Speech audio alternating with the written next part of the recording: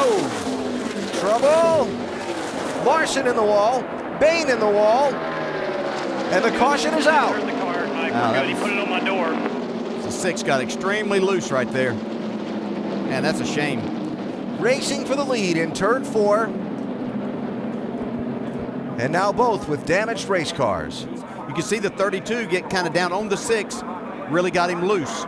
You see Larson drove the car in hard, got up on the outside of Trevor. Yeah. Trevor just had to walk his car up the hill and got into the left rear of Larson.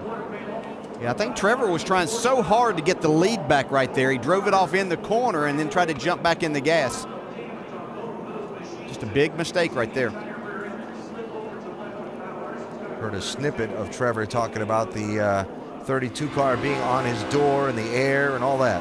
Yeah, but they were up the racetrack quite a bit. I mean, Larson gave him plenty of room. Yeah. Stupid kid. Still good. It didn't hurt the car.